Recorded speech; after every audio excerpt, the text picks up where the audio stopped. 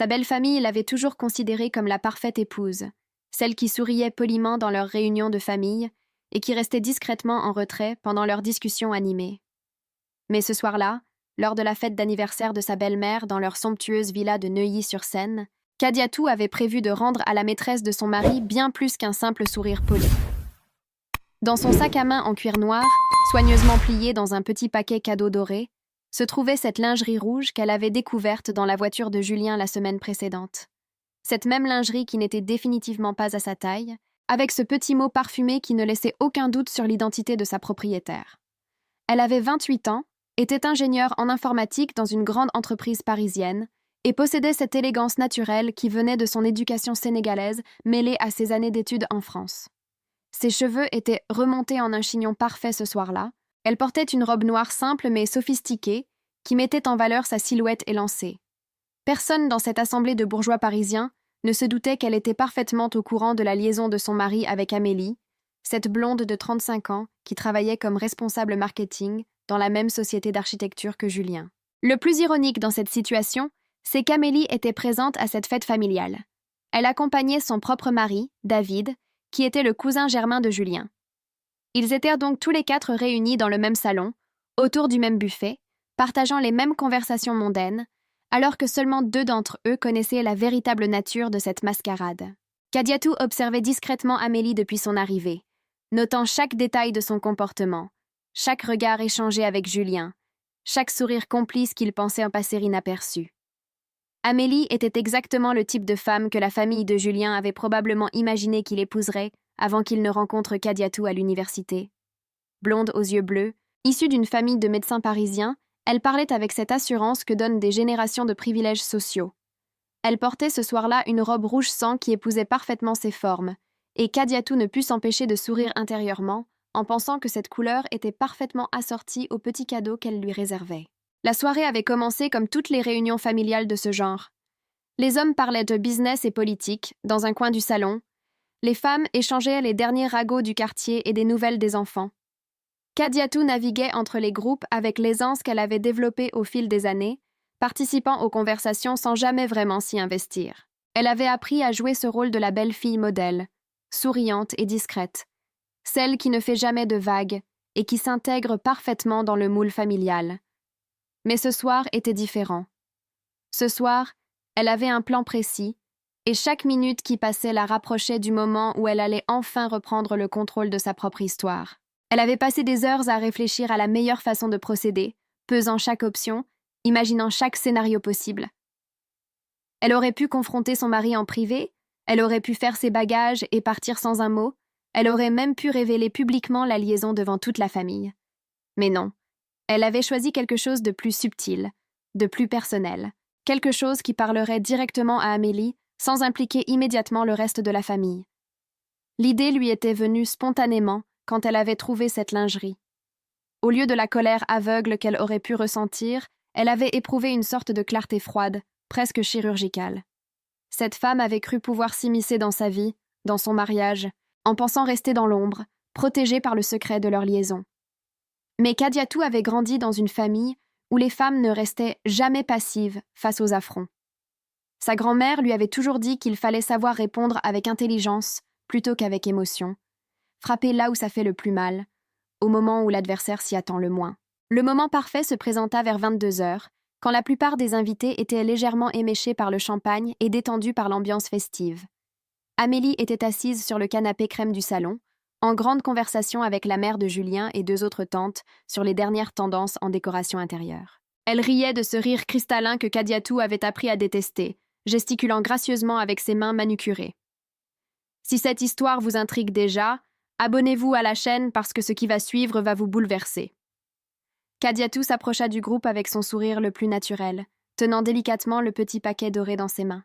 Elle avait répété cette scène dans sa tête des dizaines de fois, visualisant chaque geste, chaque expression faciale, anticipant chaque réaction possible. Son cœur battait un peu plus vite que d'habitude, mais son visage ne trahissait rien de sa nervosité intérieure. Elle avait appris depuis longtemps à maîtriser ses émotions. Cette capacité lui avait été utile dans sa carrière d'ingénieure, où elle évoluait souvent comme la seule femme noire dans des équipes majoritairement masculines et blanches. « Amélie » dit-elle d'une voix douce et chaleureuse qui fit se tourner toutes les femmes vers elle. J'ai trouvé quelque chose qui t'appartient, je crois. Tu as dû l'oublier quelque part. Elle tendit le petit paquet avec un sourire innocent, comme si elle offrait un simple cadeau de politesse. Les autres femmes du groupe regardèrent la scène avec cette curiosité bienveillante typique des réunions familiales, s'attendant probablement à voir Amélie déballer un foulard oublié ou un bijou égaré. Amélie prit le paquet avec une expression de surprise authentique, ses sourcils se fronçant légèrement alors qu'elle essayait de se rappeler ce qu'elle aurait pu perdre. « Oh, c'est très gentil, Kadiatou, mais je ne vois pas ce que… » Sa voix s'estompa quand elle commença à défaire le papier doré. Ses doigts tremblaient imperceptiblement, et Kadiatou nota avec satisfaction la façon dont son teint pâlit progressivement à mesure qu'elle découvrait le contenu. Le silence qui s'installa autour du canapé était presque palpable. La belle-mère de Kadiatou, Françoise, une femme de 60 ans aux cheveux gris impeccablement coiffés, regardait alternativement les deux femmes avec une expression de plus en plus perplexe. Les deux tantes, Monique et Catherine, s'étaient rapprochées instinctivement pour mieux voir ce qui provoquait cette réaction si étrange chez Amélie. Quand Amélie souleva finalement le tissu rouge de la boîte, sa respiration se coupa. C'était un ensemble de lingerie fine, visiblement coûteux, dans cette teinte rouge bordeaux qu'elle affectionnait particulièrement. Le soutien-gorge en dentelle et le string assorti étaient accompagnés d'un petit mot parfumé qu'elle reconnut immédiatement comme celui qu'elle avait glissé dans la voiture de Julien quelques jours plus tôt. Son visage était maintenant complètement livide et ses mains tremblaient ouvertement. « Où as-tu trouvé ça ?» demanda-t-elle d'une voix étranglée, essayant désespérément de refermer la boîte tout en regardant autour d'elle pour voir si quelqu'un d'autre avait aperçu le contenu. Mais il était trop tard. Les trois autres femmes avaient parfaitement vu de quoi il s'agissait, et leurs expressions étaient de passer de la curiosité bienveillante à la stupéfaction la plus totale. Kadiatou maintint son sourire serein, sa voix restant parfaitement contrôlée et amicale. « Dans la voiture de mon mari, figure-toi, tu sais comme les hommes peuvent être distraits parfois. Il a dû ramasser ça en pensant que c'était à moi, mais comme ce n'est visiblement pas ma taille. » Elle laissa sa phrase en suspens, permettant à chaque femme présente de tirer ses propres conclusions de cette révélation. Françoise, la belle-mère, était maintenant complètement figée, sa tasse de café à mi-chemin entre la table et ses lèvres. Elle regardait Amélie avec une expression qui mélangeait incrédulité et dégoût grandissant. Monique et Catherine échangèrent des regards entendus, leurs esprits travaillant rapidement pour assembler les pièces de ce puzzle soudainement révélé. L'atmosphère feutrée de la soirée familiale venait de basculer dans quelque chose de beaucoup plus tendu et électrique. Amélie tentait désespérément de reprendre contenance, mais son trouble était évident pour toutes les personnes présentes. Elle balbutiait des explications incohérentes, parlant d'un malentendu possible, d'une confusion, essayant de minimiser la situation tout en cachant maladroitement la lingerie sous son sac à main. Mais plus elle parlait, plus elle s'enfonçait, et plus les regards des autres femmes se faisaient glaciales. « Je ne comprends vraiment pas comment, » commença-t-elle, mais Kadiatou l'interrompit avec une douceur implacable. « Oh, ne t'inquiète pas, ces choses arrivent. L'important, c'est que tu récupères tes affaires, n'est-ce pas? Je n'aurais pas voulu que tu les cherches partout. » Le sous-entendu était cristallin, et toutes les femmes présentes l'avaient parfaitement saisi. La situation devenait de plus en plus intenable pour Amélie. David, son mari, était à l'autre bout de la pièce, en pleine discussion avec Julien et d'autres hommes de la famille. Il n'avait encore rien remarqué de l'échange qui se déroulait sur le canapé, mais Amélie savait que ce n'était qu'une question de temps avant que l'information ne se propage dans toute la soirée. Elle pouvait voir dans les yeux de Françoise, Monique et Catherine cette lueur particulière que prennent les femmes quand elles découvrent un scandale juteux, cette anticipation de pouvoir partager une révélation explosive avec le reste de la famille. Kadiatou observait cette décomposition progressive avec une satisfaction froide qu'elle ne laissait pas paraître sur son visage. Elle avait calculé ce moment avec une précision chirurgicale, choisissant le public parfait pour maximiser l'impact de sa révélation tout en gardant ses propres mains propres. Elle n'avait fait qu'énoncer des faits, rendre un objet à sa propriétaire, elle n'avait prononcé aucune accusation directe. Pourtant, le message était passé avec une clarté absolue. Avez-vous déjà vécu une situation où vous avez dû reprendre le contrôle face à une trahison? Partagez en commentaire comment vous auriez réagi à la place de Kadiatou. L'effet de la révélation se propagea dans le salon comme une onde de choc silencieuse mais dévastatrice. Françoise fut la première à réagir, reposant sa tasse avec un claquement sec sur la table basse en verre. Son regard, autrefois bienveillant envers Amélie, s'était transformé en quelque chose de glacial et de méprisant. « Amélie », dit-elle d'une voix coupante qui fit sursauter plusieurs personnes dans les environs. « Je crois que tu ferais mieux d'aller retrouver ton mari. Maintenant. » Monique et Catherine, les deux sœurs de Françoise, échangèrent des regards horrifiés, tout en fixant alternativement Amélie et Kadiatou. Elles avaient saisi l'ampleur de la situation avec une rapidité impressionnante, et leur indignation était palpable. Catherine, connue pour son franc-parler, ne put s'empêcher de lâcher un « Mon Dieu, Amélie, comment as-tu pu ?» qui résonna dans le petit cercle comme une condamnation définitive. Amélie était maintenant complètement décomposée. Ses joues, habituellement rosées par un maquillage parfait, avaient pris une teinte cendrée, et ses mains tremblaient si fort qu'elle avait du mal à tenir son sac où elle tentait de dissimuler la lingerie compromettante. Elle marmonnait des excuses incohérentes, des explications qui ne tenaient pas debout, essayant désespérément de sauver une situation qui était déjà largement compromise. Ce n'est pas. Il faut que vous compreniez. Ce n'est pas ce que vous croyez. Mais ces protestations tombèrent dans l'oreille de sourde. Le petit groupe de femmes l'observait maintenant, avec ce mélange de dégoût et de fascination morbide qu'inspire un accident de voiture.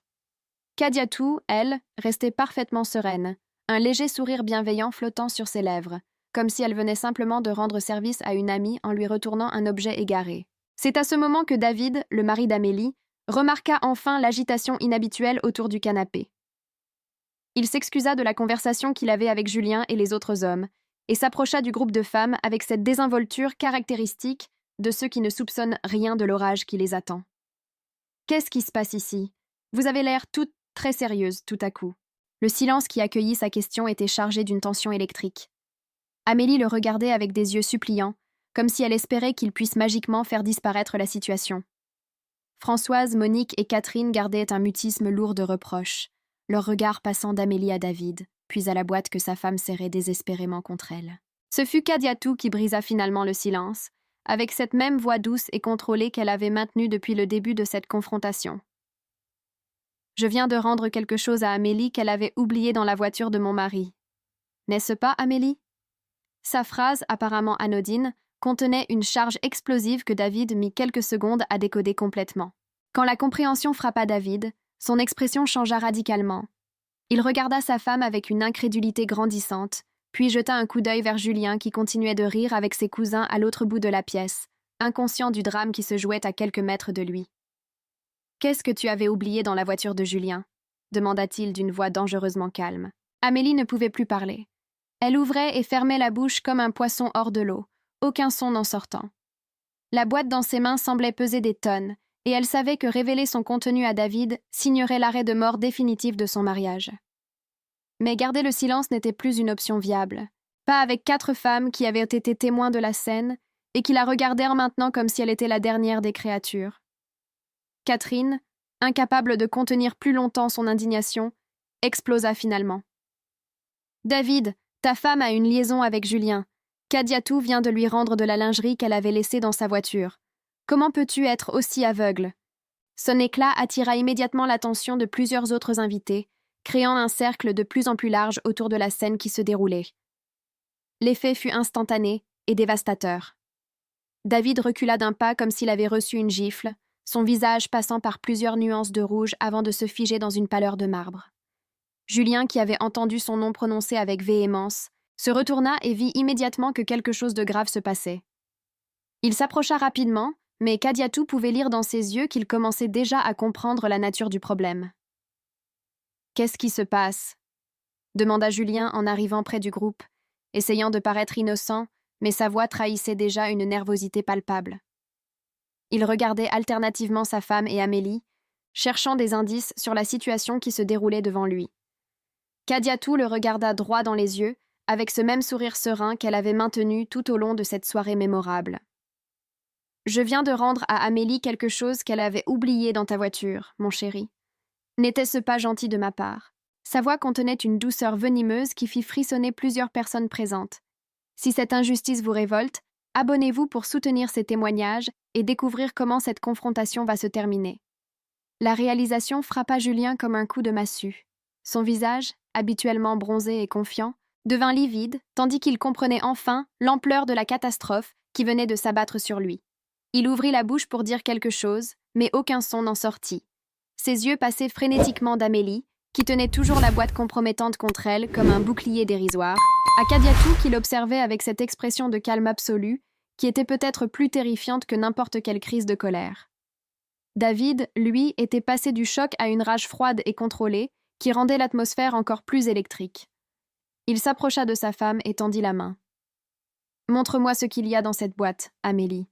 Maintenant. » Sa voix était si basse et si menaçante que plusieurs invités dans les environs s'arrêtèrent de parler pour observer la scène qui prenait une tournure de plus en plus dramatique. Amélie serra la boîte encore plus fort contre elle, secouant la tête dans un mouvement de déni désespéré. « David, je peux t'expliquer, ce n'est pas ce que tu crois. Il faut que tu me laisses te dire ce qui s'est vraiment passé. » Mais sa voix était si chevrotante et ses explications si peu convaincantes que même elle semblait réaliser l'inutilité de ses protestations. Ce fut Françoise qui prit finalement les choses en main. La matriarche de la famille, révoltée par ce qu'elle venait d'apprendre, se leva du canapé avec une dignité majestueuse et pointa un doigt accusateur vers Amélie. « Cette femme a souillé ma famille et mon foyer avec sa conduite honteuse. Je veux qu'elle sorte de ma maison immédiatement. Et toi, Julien ?»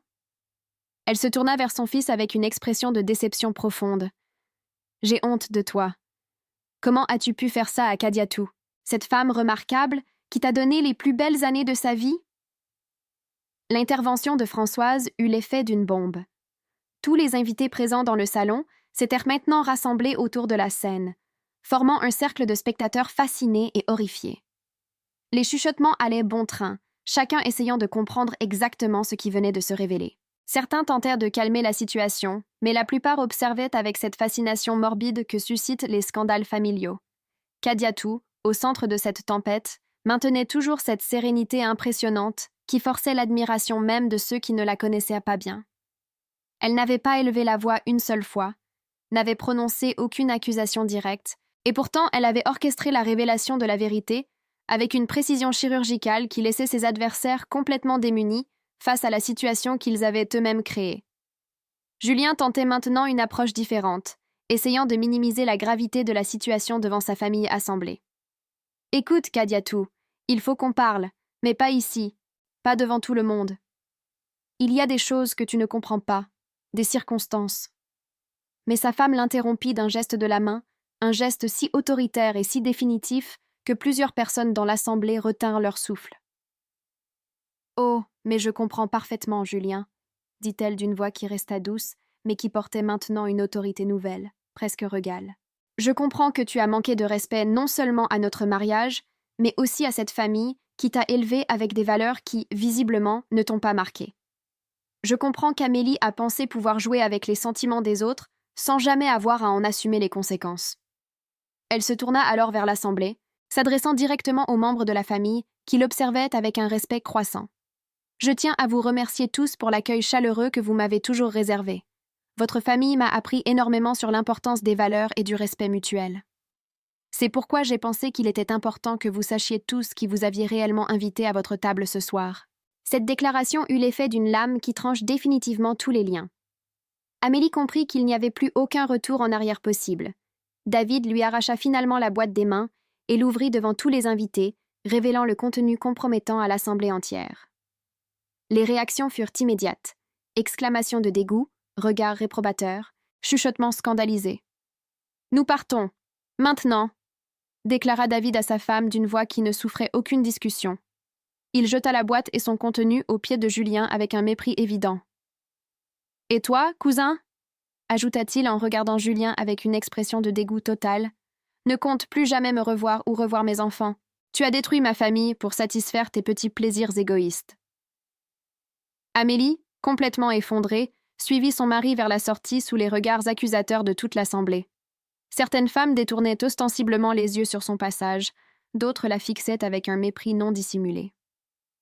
Elle qui était arrivée quelques heures plus tôt la tête haute, sûre d'elle et de son charme, repartait maintenant humiliée publiquement et face à la destruction de sa propre vie de famille. Julien, resté seul face aux décombres de sa réputation familiale, tentait encore de rattraper quelque chose, mais personne ne semblait disposé à l'écouter. Sa mère refusait de le regarder, ses oncles et tantes l'observaient avec une déception palpable, et ses cousins gardaient leur distance, comme s'il était devenu radioactif. Dans le silence pesant qui suivit le départ d'Amélie et David, Kadiatou se retrouva au centre de l'attention de toute la famille. Mais contrairement à ce qu'elle avait pu redouter, les regards qui se portaient sur elle n'étaient pas empreints de pitié ou de gêne. Au contraire, elle lisait dans les yeux de ses beaux-parents et de toute l'assemblée un respect nouveau, presque admiratif, pour la façon dont elle avait géré cette situation explosive avec une dignité et une intelligence remarquables. Françoise fut la première à s'approcher d'elle. La vieille dame prit les mains de Kadiatou dans les siennes et la regarda droit dans les yeux. « Ma chère enfant, je veux que tu saches que tu seras toujours la bienvenue dans cette maison, quoi que décide de faire mon fils. Ce que tu viens de montrer ce soir, c'est le genre de caractère et de dignité que nous respectons dans cette famille. Julien ne mérite pas une femme comme toi. » Cette déclaration publique de soutien de la part de la matriarche familiale eut un effet immédiat sur le reste de l'assemblée. Les oncles et tantes s'approchèrent à leur tour pour exprimer leur admiration pour la façon dont Kadiatou avait révélé la vérité. Monique lui serra l'épaule avec affection. « Tu as été magnifique, ma chérie. Cette petite peste d'Amélie pensait pouvoir nous rouler dans la farine, mais elle n'avait pas compté sur ton intelligence. » Julien, isolé dans son coin, observait cette scène avec un mélange de stupéfaction et de terreur grandissante. Il réalisait progressivement qu'en trahissant Kadiatou, il n'avait pas seulement perdu sa femme, mais également l'estime et le respect de toute sa famille. Sa tentative pathétique d'approcher sa femme pour lui parler en privé fut bloquée par son propre père, un homme habituellement effacé qui choisit ce moment pour montrer une autorité rare. « Julien, tu as suffisamment fait de dégâts pour ce soir, » lui dit-il d'une voix ferme. « Laisse Kadiatou tranquille. Elle a montré plus de classe et de dignité en quelques minutes que toi en des mois de mensonges. Va réfléchir à tes actes. » Mais ce qui surprit le plus Kadiatou, c'est que cette révélation publique de l'infidélité de son mari avait également révélé des aspects de sa propre personnalité qu'elle ne soupçonnait pas. Loin de se sentir humiliée ou diminuée par cette situation, elle ressentait une forme de libération puissante, comme si en exposant la vérité, elle avait également libéré une version d'elle-même qu'elle avait trop longtemps gardée en sourdine. Catherine, l'une des sœurs de Françoise, s'approcha d'elle avec curiosité. « Dis-moi, Kadiatou, comment as-tu su pour cette liaison? Et surtout, comment as-tu eu l'idée de cette révélation si parfaitement orchestrée ?» Sa question reflétait l'admiration de toute la famille pour la stratégie brillante que Kadiatou avait mise en place. Kadiatou sourit avec une sérénité nouvelle. « J'ai découvert la liaison il y a une semaine en trouvant cette lingerie dans sa voiture. Au début, j'ai ressenti de la colère, puis de la tristesse. Mais ensuite, j'ai réalisé que Julien et Amélie avaient fait leur choix en pensant pouvoir me maintenir dans l'ignorance indéfiniment. Ils ont sous-estimé ma capacité à comprendre et à agir. » Elle marqua une pause, regardant Julien qui tentait vainement de se faire oublier dans un coin. « Je voulais qu'ils assument leurs actes publiquement, devant les personnes qu'ils prétendaient respecter. Ce qui frappa tout le monde, c'est qu'à aucun moment Kadiatou ne manifesta de l'amertume ou de la victimisation. Elle parlait de la situation avec une lucidité et une maturité qui forçaient l'admiration. Elle expliqua comment elle avait choisi ce moment et ce lieu pour maximiser l'impact de sa révélation, non pas par vengeance, mais pour que la vérité éclate enfin au grand jour. « Vous savez, » continua-t-elle en s'adressant à l'assemblée familiale, « j'ai beaucoup appris en intégrant votre famille. Vous m'avez montré l'importance de l'honnêteté, du respect mutuel, des valeurs familiales solides. C'est exactement ces valeurs que Julien et Amélie ont piétinées avec leur conduite. Je ne pouvais pas laisser cette mascarade continuer plus longtemps. » L'oncle Pierre, un homme d'affaires respecté de 65 ans, prit la parole avec solennité. « Kadiatou, je veux que tu saches que nous considérons ton action de ce soir comme un acte de courage remarquable. Tu aurais pu choisir le silence, l'évitement, ou même la vengeance aveugle. Au lieu de cela, tu as choisi la vérité et la dignité. C'est le genre de caractère que nous admirons. Ce qui était encore plus remarquable, c'est la façon dont cette révélation avait transformé la dynamique familiale. Plusieurs membres de la famille confièrent à Kadiatou qu'ils avaient toujours eu des doutes sur Amélie, trouvant son comportement étrange lors des précédentes réunions familiales. D'autres avouèrent qu'ils avaient remarqué des changements dans l'attitude de Julien ces derniers mois, mais qu'ils n'avaient pas osé poser de questions. Vers la fin de la soirée, quand la plupart des invités furent partis, Françoise prit Kadiatou à part pour une conversation privée. « Ma chère, je veux que tu saches que tu auras toujours une place dans cette famille, indépendamment de ce que tu décides de faire concernant ton mariage. Tu as montré ce soir que tu es une femme d'exception, et nous ne l'oublierons jamais. Kadiatou rentra chez elle ce soir-là avec un sentiment de complétude qu'elle n'avait pas ressenti depuis des mois. Elle avait repris le contrôle de sa propre histoire, exposé la vérité sans se rabaisser et découvert qu'elle possédait des ressources intérieures qu'elle ne soupçonnait pas. Quelques jours plus tard, quand Julien tenta de revenir vers elle avec des excuses larmoyantes et des promesses de changement, elle le regarda avec cette même sérénité qu'elle avait montrée lors de la fête familiale. « Julien, » lui dit-elle simplement, « tu as fait ton choix il y a des mois. Moi, j'ai fait le mien ce soir-là. La différence, c'est que mon choix était basé sur le respect de moi-même et de la vérité. » Elle avait déjà entamé les procédures de divorce et repris son nom de jeune fille. La femme qui avait rendu cette lingerie rouge lors de la fête familiale était morte pour renaître en une version plus forte, plus authentique et plus respectueuse d'elle-même. Si mon histoire vous a inspiré, partagez-la et abonnez-vous pour plus de témoignages de femmes qui ont su reprendre le contrôle de leur vie avec dignité et intelligence.